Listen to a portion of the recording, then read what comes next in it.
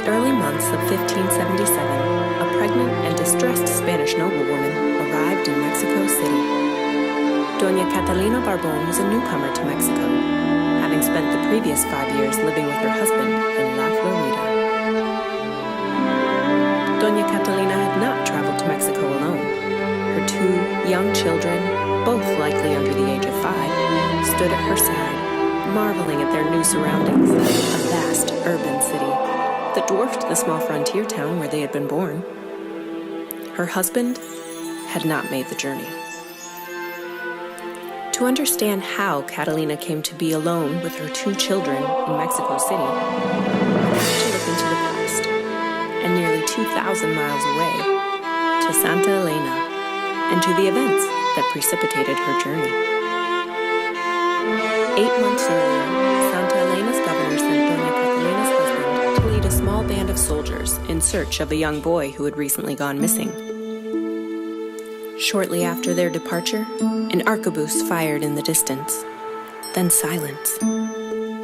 Hours later, 2 badly wounded war dogs full of arrows limped back to the fort, followed by a Christian Indian who had accompanied the search party.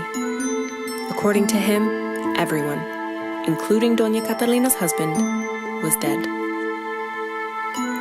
There are conflicting accounts of what followed. Several witnesses testified that the next morning, the townspeople sought refuge in Santa Elena's fort. Soon thereafter, Native American warriors launched an assault. Overwhelmed, the town's residents elected to flee. Doña Catalina and her 2 children barely escaped onto one of 3 ships in the harbor.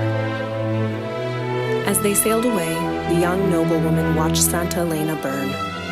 Now widowed, homeless, and with 2 children to support, Doña Catalina had little time to mourn. She crafted a strategy, one that became increasingly urgent in the following weeks, when she learned that she was pregnant. Almost 8 months later, Doña Catalina reached the port town of Veracruz.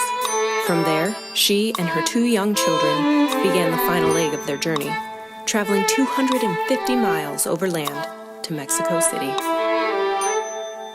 Poor, pregnant, and facing an uncertain future, Doña Catalina turned to Mexico's High Court, to whom she presented a lengthy petition for support. To secure royal favor, Doña Catalina highlighted her deceased husband's esteemed service record, her own nobility, and the terrible suffering she had endured.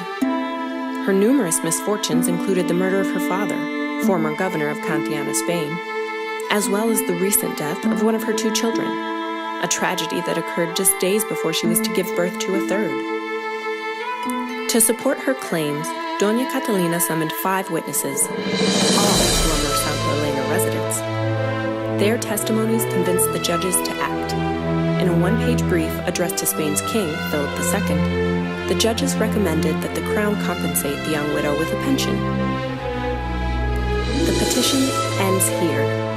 The trail goes cold, and Doña Catalina Barbón disappears from the historical record. But the petition she left behind provides a rare glimpse into the challenges and vulnerabilities faced by many women of the colonial period, even those of noble status. Doña Catalina Barbón's story, though tragic, is also a tale of resilience and survival, of a woman, suddenly widowed, left to find a way to secure her own livelihood and that of her children.